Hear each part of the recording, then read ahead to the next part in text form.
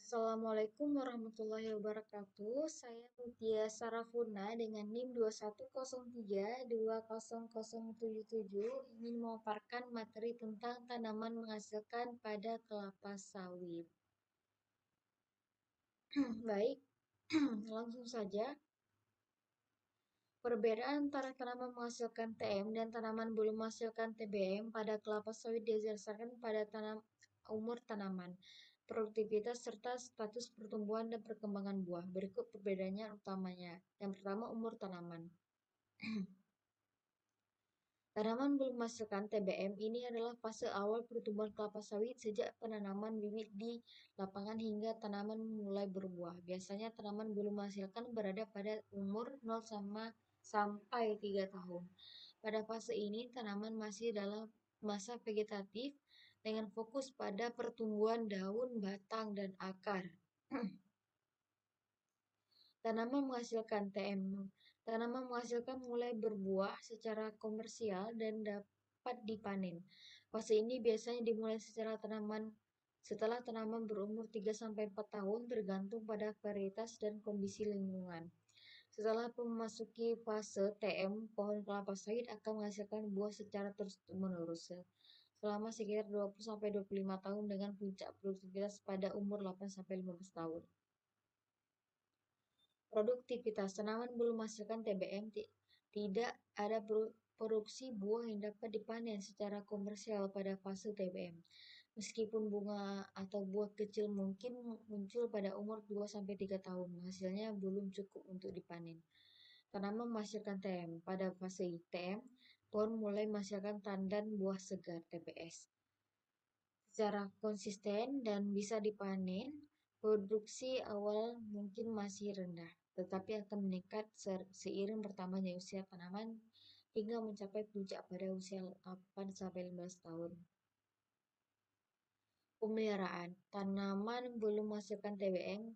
Pemeliharaan lebih difokuskan pada perawatan pertumbuhan tanaman seperti pemupukan untuk pertumbuhan vegetatif, pengendalian gulma, serta perawatan kesehatan tanaman agar dapat berkembang dengan baik hingga mencapai fase menghasilkan. Pemupukan dan pemangkasan dilakukan untuk mendorong pertumbuhan optimal, tetapi tidak ada kegiatan panen. Tanaman menghasilkan TM, fokus pemeliharaan bergeser pada meningkatkan produktivitas buah. Selain pemupukan dan pengendalian hama, kegiatan panen buah dilakukan secara berkala, biasanya setiap 10-14 hari. Pemeliharaan intensif melibatkan pengelolaan tanaman yang sudah berproduksi untuk menjaga tingkat produksi yang optimal, termasuk pemangkasan daun buah, pemupukan untuk mendukung produksi buah, serta penanganan hama dan penyakit. Yang keempat, peran ekonomi. Tanaman belum menghasilkan TBM. Pada fase ini, tanaman belum menghasilkan keuntungan ekonomi karena belum ada produksi buah yang dapat dipanen. Perkebunan masih berada dalam tahap investasi dengan biaya pemeliharaan yang cukup tinggi, tanpa adanya penghasilan dari penjualan buah. Tanaman menghasilkan TM. Tanaman mulai memberikan hasil ekonomi berupa buah yang bisa dipanen dan diolah menjadi minyak kelapa sawit. Pada fase ini, perkebunan mulai memberikan pendapatan yang signifikan. Produktivitas optimal akan memberikan keuntungan lebih besar. Yang kelima, fase pertumbuhan. Tanaman belum menghasilkan TBM, tanaman masih berada dalam fase pertumbuhan vegetatif. Tanaman fokus pada pengembangan batang, akar, dan daun. Tanaman akan terus membesar dan mempersiapkan diri untuk memasukkan ke fase reproduktif. Tanaman menghasilkan TM.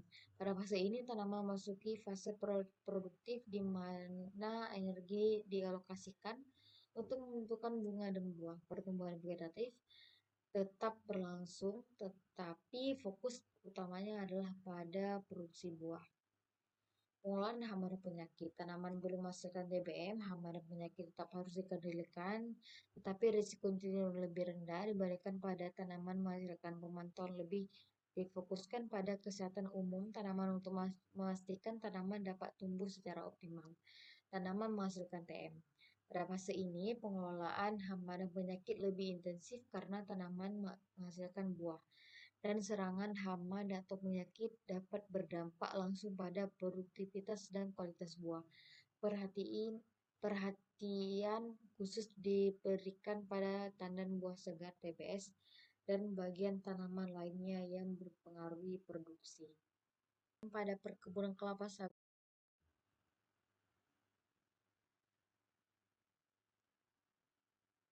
fase tanaman menghasilkan TM. Tanaman menghasilkan TM pada perkebunan kelapa sawit dimulai setelah tanaman berusia sekitar 3-4 tahun sejak penanaman.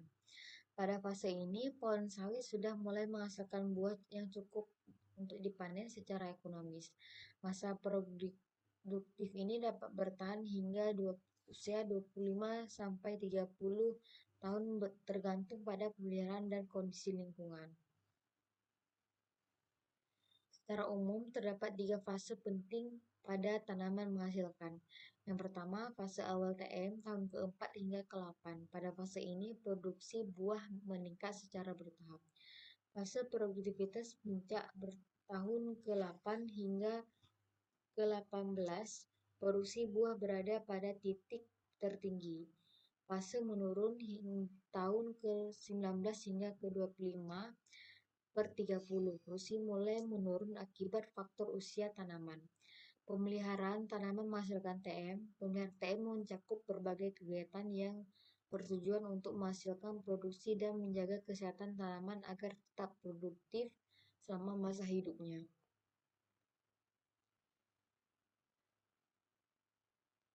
Setiap aspek pemeliharaan dilakukan secara teratur dan terukur. Pemupukan merupakan salah satu faktor kunci dalam menjaga kesehatan dan produktivitas tanaman. Kebutuhan pupuk berbeda-beda tergantung kondisi tanah, cuaca, dan usia tanaman. Jenis pupuk nitrogen penting untuk pertumbuhan vegetatif daun dan batang. Fosfor P meningkatkan sistem perakaran dan pembentukan buah. Kalium membantu pembentukan minyak dalam buah serta ketahanan tanaman terhadap penyakit. Magnesium Mg berperan dalam fotosintesis dan pembentukan klorofil. Kalsium menjaga keseimbangan nutrisi dalam tanah dan memperkuat dinding sel tanaman. Suplemen mikronutrien boron, seng, tembaga, dan mangan Mn diberikan sesuai kebutuhan berdasarkan analisis tanah dan daun. Metode pemupukan dilakukan 2-4 kali per tahun tergantung pada kondisi tanah dan analisis daun. Aplikasi pupuk dilakukan secara manual menggunakan tenaga kerja dan menaburkan pupuk di sekitar pangkal pohon, cincin pupuk, atau dengan bantuan mekanisasi jika skala perkebunan besar. Penggunaan pupuk anorganik seperti urea, MOP, TSP, dan dolimit disesuaikan dengan kebutuhan. Pupuk organik tandan kosong, janjang kosong yang telah digunakan di pabrik pengolahan sering kali dikembalikan ke kebun untuk dijadikan pupuk organik. Ini membantu menambah unsur hara ke dalam tanah. Pada masa tanaman menghasilkan TM, dosis pemupukan sesuaikan dengan umur tanaman, kondisi tanah, dan hasil analisis daun. Berikut adalah panduan umum pemupukan tanaman kelapa sawit berdasarkan usia tanaman per tahun selama fase TM. Umur 4-10 tahun awal TM. Nitrogen 1,5-2,5 kg per pohon per tahun. Fosfor 0,3-0,6 kg per pohon per tahun dalam bentuk TSP. Kalium 1,0 hingga 3,5 kg per pohon per tahun dalam bentuk MOP. Magnesium 0,5-0,1 kg per pohon per tahun dalam bentuk dolomit atau kieserit. Kalsium 1,0-2,0 kg per pohon per tahun dari dolomit. Suplemen mikronutrien bergantung pada hasil analisis tanah dan daun. Biasanya diaplikasikan dalam jumlah kecil. Boron 50-150 gram per pohon, seng 50-100 gram per pohon. Umur 10-20 tahun produktivitas maksimal. Nitrogen 2,0-3,0 kg per pohon per tahun. Fosfor 0,5-1,0 kg per pohon per tahun dalam bentuk TSP. Kalium 2,0-4,5 kg per pohon per tahun dalam bentuk MOP. Magnesium Mg 0,75 sampai 1,5 kg per pohon per tahun dalam bentuk dolomit atau kieserite. Kalsium 1,0 sampai 2,5 kg per pohon per tahun dari dolomit. Suplemen mikronutrien tetap mengikuti hasil analisis daun dan tanah. Umur 20 tahun menjelang replanting. Nitrogen N 1,5 sampai 2,0 kg per pohon per tahun. Fosfor 0,3 sampai 0,5 kg per pohon per tahun dalam bentuk TSP. Kalium 1,0 sampai 3,0 kg per pohon per tahun dalam bentuk MOP. Magnesium 0,5 sampai 1,0 kg per pohon per tahun. Kalsium 1,0 sampai 2,0 kg per pohon per tahun. Suplemen mikronutrien aplikasi dapat dikurangi jika produktivitas menurun.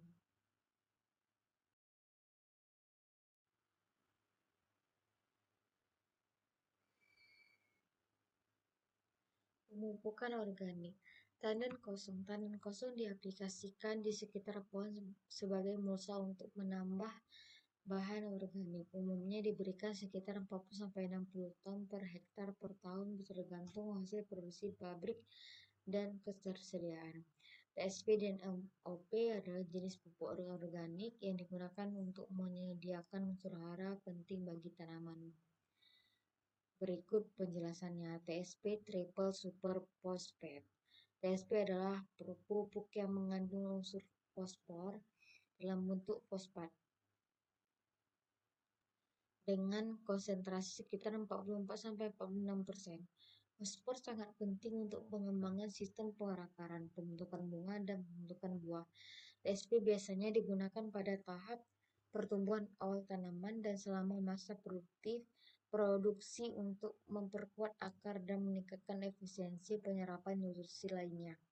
MOP adalah pupuk yang mengandung unsur kalium dalam bentuk kalium klorida. Dengan kandungan kalium sekitar 60%, kalium membantu tanaman dalam pembentukan buah, meningkatkan kualitas hasil panen, dan memperkuat daya tahan tanaman terhadap penyakit serta kondisi cuaca ekstrim. MOP umumnya digunakan pada tanaman penghasil DM untuk mendukung pertumbuhan buah dan meningkatkan kandungan minyak pada tanaman kelapa sawit. Pengendalian gulma. Pengendalian gulma sangat penting untuk mencegah tanaman saingan yang bisa mengambil nutrisi, air, dan cahaya dari kelapa sawit. Gulma juga bisa menjadi sarang bagi hama.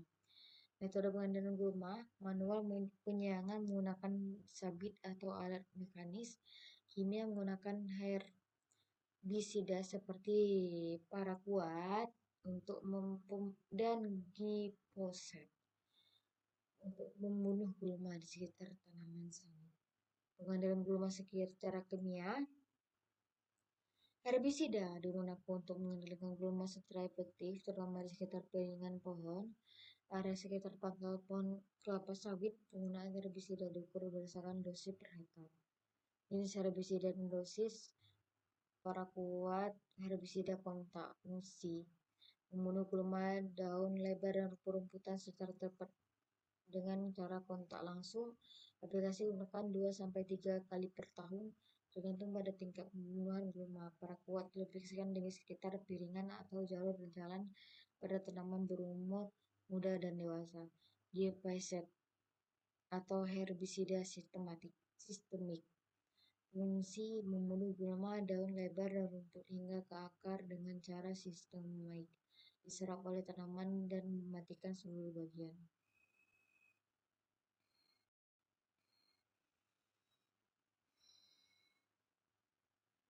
Aplikasi biasanya digunakan 2 sampai 3 kali per tahun tergantung pada kondisi gulma. Dosis yang lebih tinggi dapat digunakan untuk gulma sudah parah.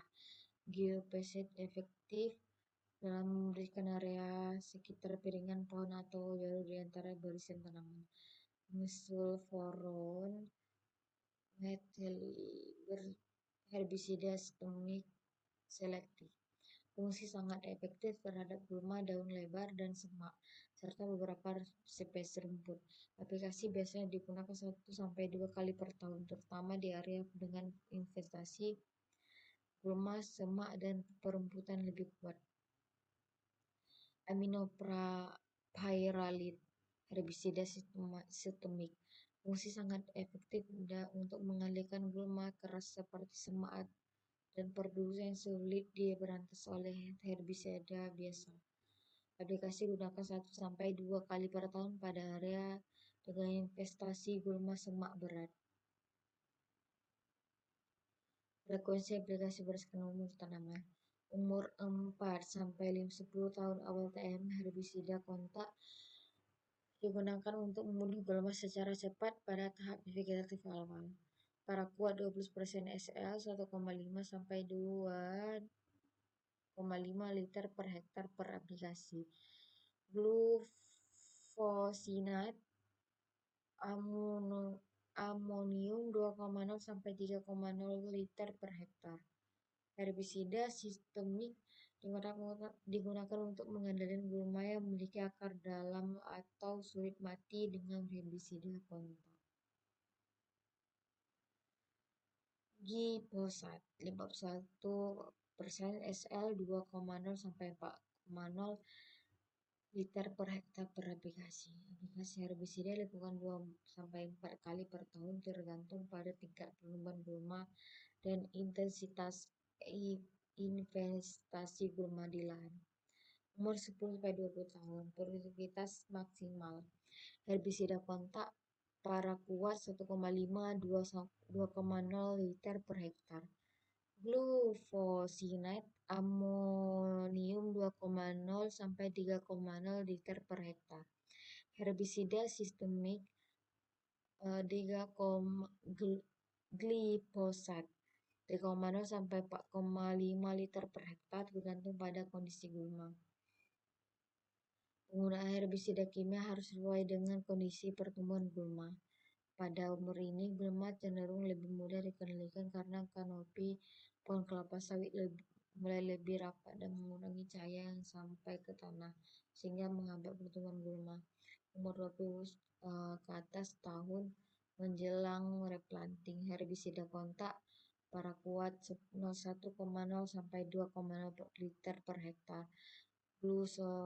Glufosinate amonium 1,5 sampai 2,5 liter per hektar. Herbisida sistemik glyphosate 2,0 sampai 3,5 liter per hektar tergantung pada kondisi gulma dan jenisnya. Penutupan tanah cover crops legum penutupan tanah LCC seperti mucuna barakteati sering digunakan untuk menekan pertumbuhan gulma sekaligus memperbaiki kesuburan tanah melalui penambahan nitrogen.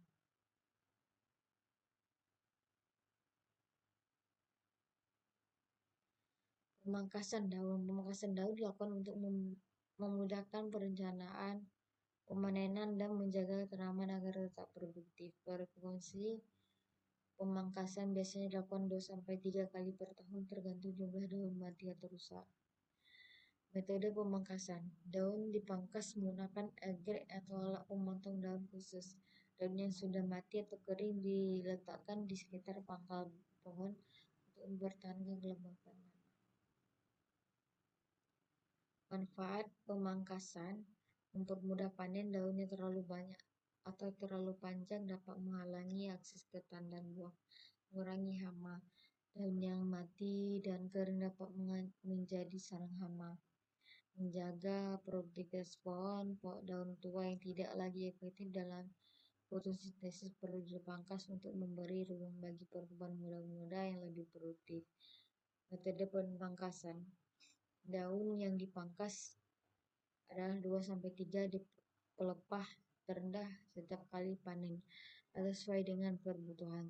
Daun yang dipangkas kemudian disusun rapi dan di barisan antara pohon untuk berfungsi sebagai mulsa alami dan mencegah erosi tanah.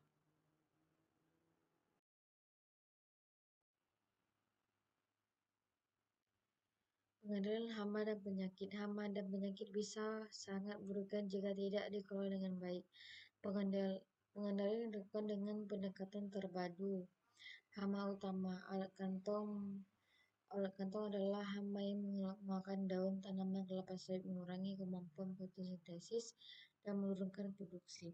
Kulit ini biasanya ditemukan pada daun muda di puncak tanaman. Pengendalian biologis menggunakan musuh alami seperti parasitoid dan predator untuk mengurangi populasi ulat kantong. Kimia aplikasi insektisida seperti deltametrin atau ivermectin. Penyemprotan dilakukan saat investasi ulat kantong cukup tinggi.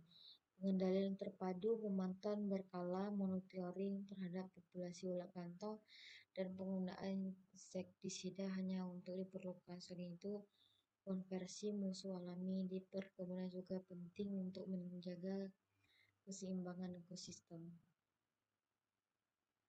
Kumbang tanduk. Kumbang tanduk merusak produk pucuk tanaman kelapa sawit muda dengan menggerakkan bagian dalam batang yang menghambat pertumbuhan dan bahkan mematikan tanaman. Pengendalian biologis penggunaan agen biokontrol seperti jamur, entomopatogen, dan yang efektif menyerang kumbang tanduk.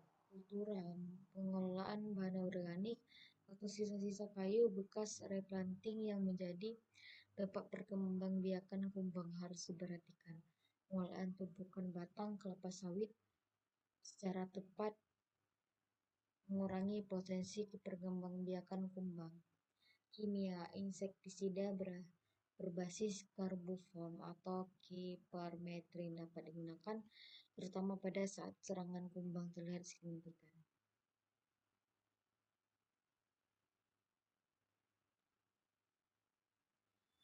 Tikus sering menyerang buah kelapa sawit, terutama pada tahap matang, yang mengakibatkan kerusakan langsung pada produksi.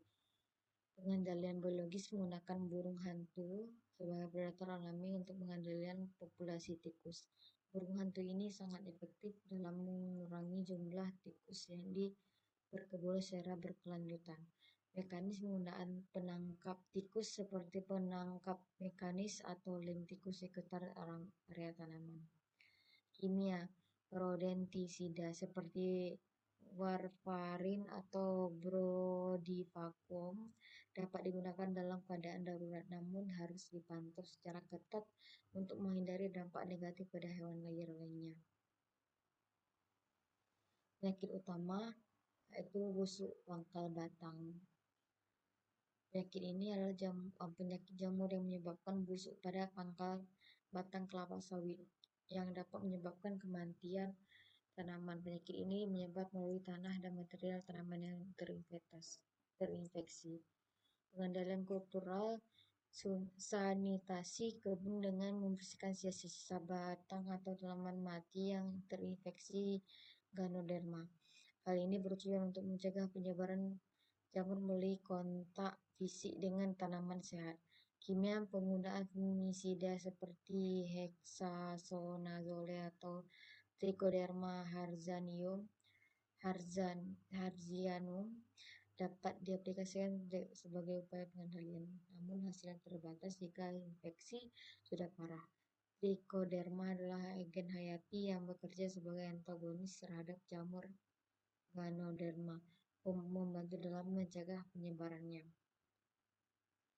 Biologis aplikasi jamur antagonis Trichoderma pada akar tanaman untuk mencegah perkembangan Ganoderma.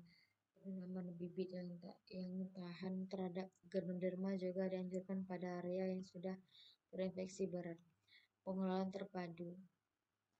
pengawasan ketat mulai infeksi rutin terhadap tanaman, terutama pada tanaman yang sudah berumur 10 tahun ke atas, pemotongan dan pembakaran tanaman yang terinfeksi berat bisa menjadi tindakan terakhir untuk menghentikan penyebaran penyakit. Pengendalian terpadu hama dan penyakit PHP. Glyphosat 51% SL 2,0 sampai 4,0 liter per hektar per aplikasi. Aplikasi herbisida dilakukan 2 sampai 4 kali per tahun tergantung pada tingkat perubahan gulma dan intensitas investasi gulma di lahan. Umur 10 sampai 20 tahun, produktivitas maksimal. Herbisida kontak paraquat 1,5 2,0 liter per hektar.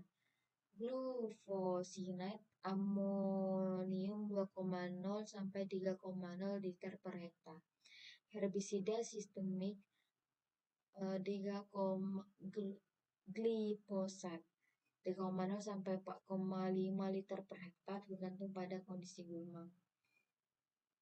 Penggunaan herbisida kimia harus sesuai dengan kondisi pertumbuhan gulma. Pada umur ini, gulma cenderung lebih mudah dikendalikan karena kanopi pohon kelapa sawit mulai lebih rapat dan mengurangi cahaya yang sampai ke tanah, sehingga menghambat pertumbuhan gulma. Umur 20 ke atas tahun menjelang replanting, herbisida kontak paraquat 1,0 sampai 2,0 liter per hektar. Glufosinate amonium 1,5 sampai 2,5 liter per hektar. Herbisida sistemik glyphosate 2,0 sampai 3,5 liter per hektar tergantung pada kondisi gulma dan jenisnya. Penutupan tanah cover crops legum penutupan tanah LCC seperti mucuna barakteati sering digunakan untuk menekan pertumbuhan gulma, sekaligus memperbaiki kesuburan tanah melalui penambahan nitrogen.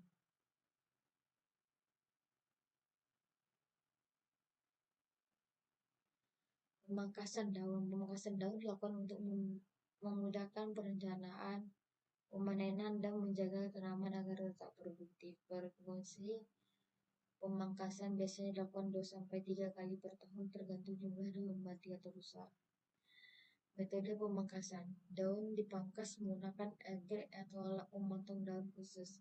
Daun yang sudah mati atau kering diletakkan di sekitar pangkal pohon untuk mempertahankan kelembapan. Manfaat pemangkasan untuk mudah panen. Daunnya terlalu banyak atau terlalu panjang dapat menghalangi akses ke tandan buah, mengurangi hama. Daun yang mati dan kering dapat menjadi sarang hama. Menjaga produktivitas pohon. Daun tua yang tidak lagi efektif dalam fotosintesis perlu dipangkas untuk memberi ruang bagi pertumbuhan muda-muda yang lebih produktif. Metode pemangkasan. Daun yang dipangkas adalah 2 sampai 3 pelepah terendah setiap kali panen atau sesuai dengan kebutuhan. Daun yang dipangkas kemudian disusun rapi dan di barisan antara pohon untuk berfungsi sebagai mulsa alami dan mencegah erosi tanah.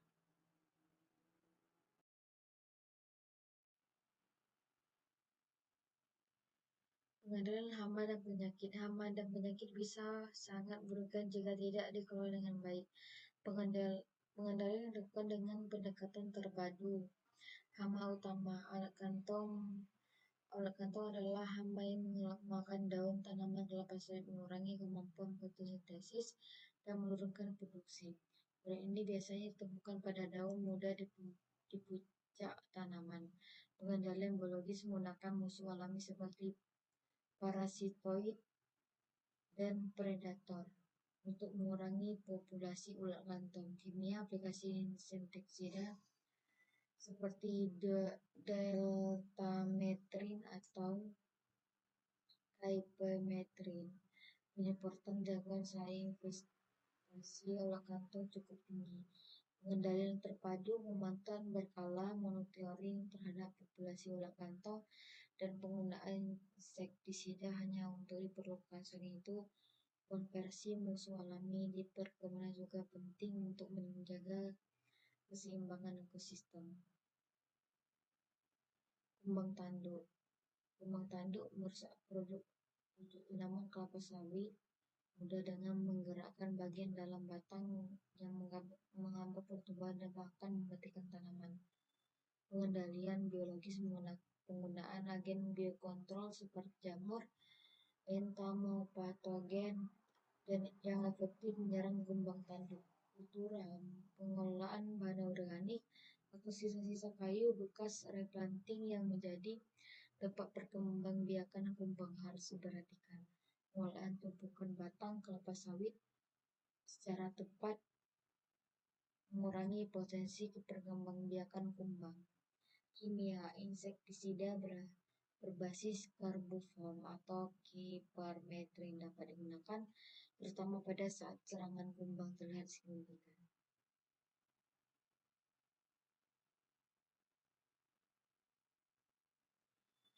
Tikus sering menyerang buah kelapa sawit pertama pada tahap matang yang mengakibatkan kerusakan langsung pada produksi. Pengendalian biologis menggunakan burung hantu sebagai predator alami untuk pengendalian populasi tikus. Burung hantu ini sangat efektif dalam mengurangi jumlah tikus yang berkebun secara berkelanjutan. Mekanisme penggunaan penangkap tikus seperti penangkap mekanis atau lem tikus di sekitar area tanaman. Kimia, rodentisida seperti warfarin atau brodifacoum dapat digunakan dalam keadaan darurat namun harus dipantau secara ketat untuk menghindari dampak negatif pada hewan liar lainnya. Penyakit utama yaitu busuk pangkal batang. Penyakit ini adalah penyakit jamur yang menyebabkan busuk pada pangkal batang kelapa sawit yang dapat menyebabkan kematian tanaman. Penyakit ini menyebar melalui tanah dan material tanaman yang terinfeksi. Pengendalian kultural sanitasi kebun dengan membersihkan sisa-sisa batang atau tanaman mati yang terinfeksi Ganoderma. Hal ini bertujuan untuk mencegah penyebaran jamur melalui kontak fisik dengan tanaman sehat. Kimia penggunaan fungisida seperti hexaconazole atau Trichoderma harzianum dapat diaplikasikan sebagai upaya pengendalian, namun hasilnya terbatas jika infeksi sudah parah. Trichoderma adalah agen hayati yang bekerja sebagai antagonis terhadap jamur Ganoderma, membantu dalam mencegah penyebarannya.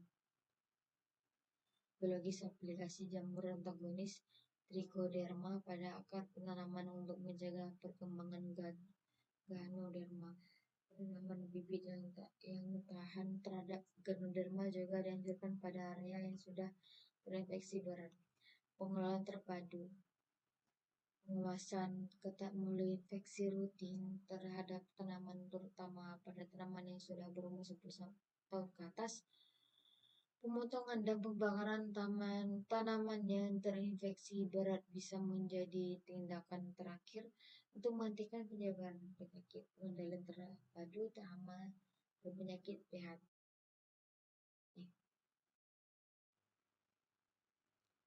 Pengendalian terpadu PHT melibatkan kombinasi metode pengendalian biologis, kultural, dan kimia untuk menekan populasi hama dan perkembangan penyakit dengan tetap menjaga keseimbangan ekosistem. Monitoring rutin terhadap hama dan penyakit di perkebunan serta penerapan strategi pengendalian yang berkelanjutan akan memberikan hasil yang lebih optimal.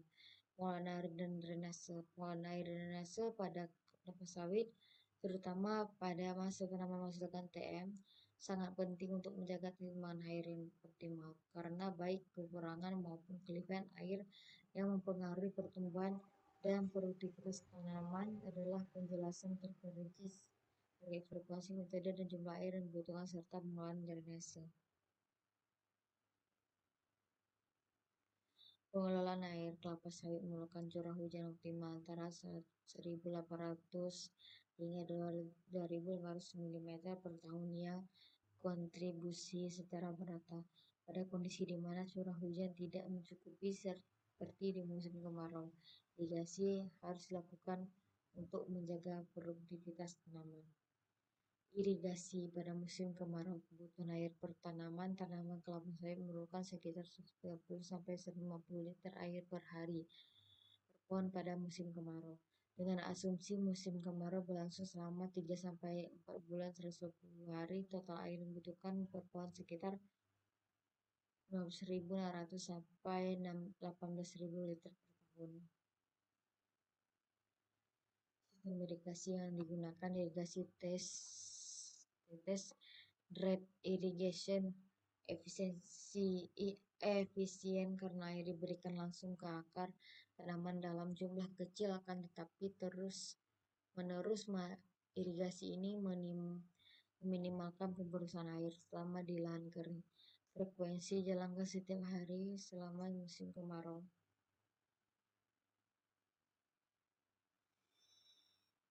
Irigasi sprinkler irrigation, air disemprotkan dalam bentuk tetesan kecil ke area sekitar tanaman meniru hujan. Frekuensi tergantung pada kekeringan irigasi. Sprinkler dilakukan 1-2 kali per minggu. Dan total air yang diberikan per aplikasi adalah 3.000 sampai 4.000 liter per hektar. Frekuensi irigasi berdasarkan kondisi tanah. Lahan kering atau berpasir irigasi diperlukan lebih sering dengan frekuensi 2-3 kali seminggu atau bahkan lebih. Lahan gambut atau tanah liat, lahan ini memiliki daya simpan air yang lebih tinggi. Sehingga irigasi mungkin hanya diperlukan sampai 1-2 kali per minggu selama musim kemarau.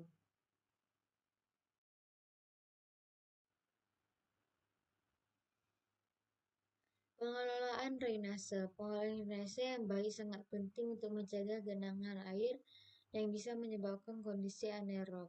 Kekurangan oksigen pada akar menghambat pertumbuhan tanaman dan memicu serangan penyakit seperti ganoderma. Sistem drainase di lahan gambut atau datar. Kedalaman dan lebar saluran. Di lahan gembur, saluran drainase harus dibuat dengan kedalaman 80-100 cm dan lebar 50-60 cm.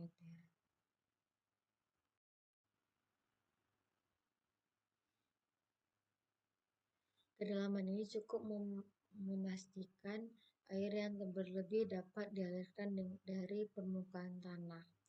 Di lahan datar non-gambut, kedalaman seluruh saluran drainasi bisa lebih dangkal, sekitar 50-80 cm tergantung kondisi tanah dan curah hujan.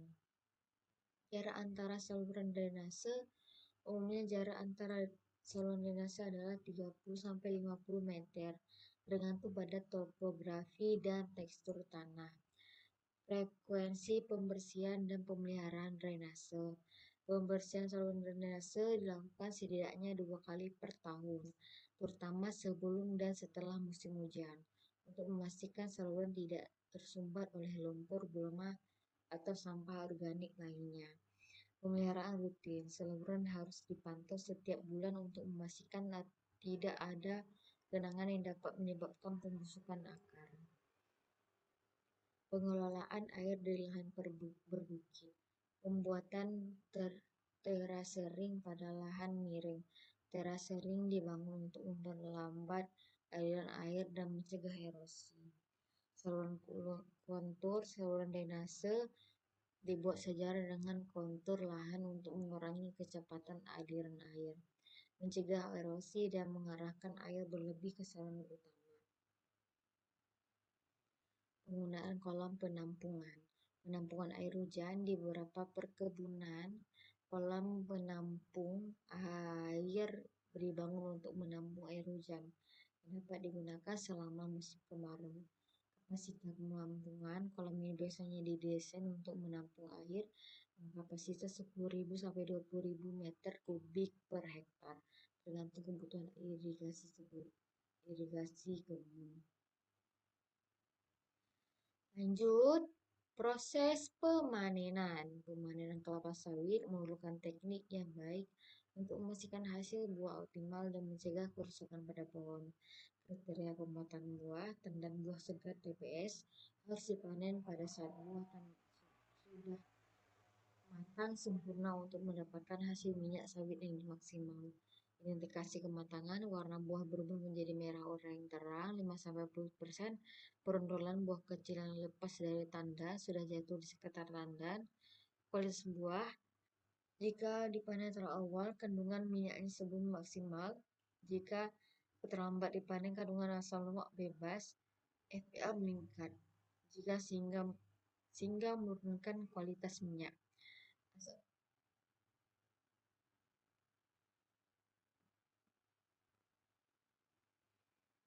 Asam lemak bebas FFA atau free fatty acid adalah komponen yang berbentuk akibat pemisahan lemak atau minyak menjadi gliserol dan asam lemak. Dalam konteks minyak kelapa sawit, FFA mengacu pada jumlah asam lemak yang terpisah dari trigliserida dalam minyak sawit mentah CPO. Penjelasan singkat, sumber FFA yang dihasilkan dari proses hidrolisis atau oksidasi trigliserida dalam minyak sawit yang bisa terjadi selama pemanenan, pengolahan atau penyimpanan. Semakin lama waktu antara pemanenan dan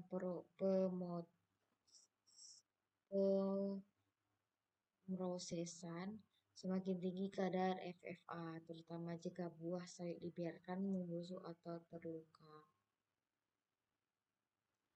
Dampak FFA, kadar FFA yang tinggi dalam minyak sawit dapat menurunkan kualitas minyak, karena FFA yang tinggi menyebabkan minyak berbau tenik, rasanya tidak enak, dan memiliki stabilitas yang lebih rendah. Standar FFA untuk minyak kelapa sawit mentah, kadar FFA yang diizinkan biasanya di bawah 5%. Minyak dengan FFA tinggi harus diproses lebih lanjut mulai pemurnian untuk menurunkan kadarnya. Faktor-faktor yang meningkatkan FFA, buah sawit yang terlambat dipanen atau busuk, penanganan yang buruk selama pengangkutan, suhu dan kelembapan tinggi selama penyimpanan.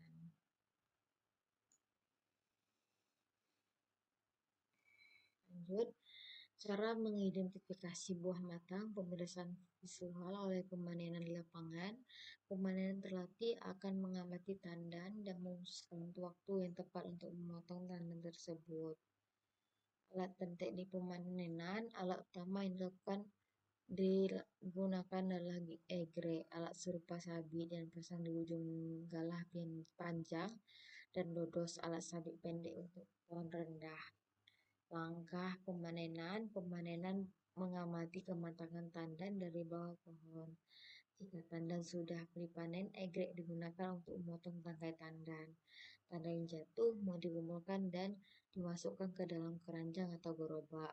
Perondolan yang jatuh di sekitar pohon juga dikumpulkan karena masih memiliki kandungan minyak yang tinggi. Frekuensi pemanenan biasanya dilakukan setiap 7-10 hari sekali tergantung dari tingkat produksi pohon dan kematangan tandan. Semakin teratur frekuensi pemanenan, semakin baik kualitas buah yang diperoleh. Penanganan pasca panen. Setelah dipanen, tandan buah segar TBS harus segera dikirim ke pabrik untuk diolah menjadi minyak sawit mentah CPO. Transportasi TBS harus diproses dalam waktu kurang dari 24 jam setelah panen untuk mencegah peningkatan kadar asam lemak bebas FFA. Pengolahan di pabrik TBS direbus, dipil, dan diekstraksi minyaknya. Proses ini melibatkan perebusan, pengepresan, dan pemurnian minyak. Yang keempat, terakhir yaitu siklus produktivitas dan replanting. Setelah mencapai usia 25 sampai 30 tahun, produktivitas tanaman kelapa sawit akan menurun.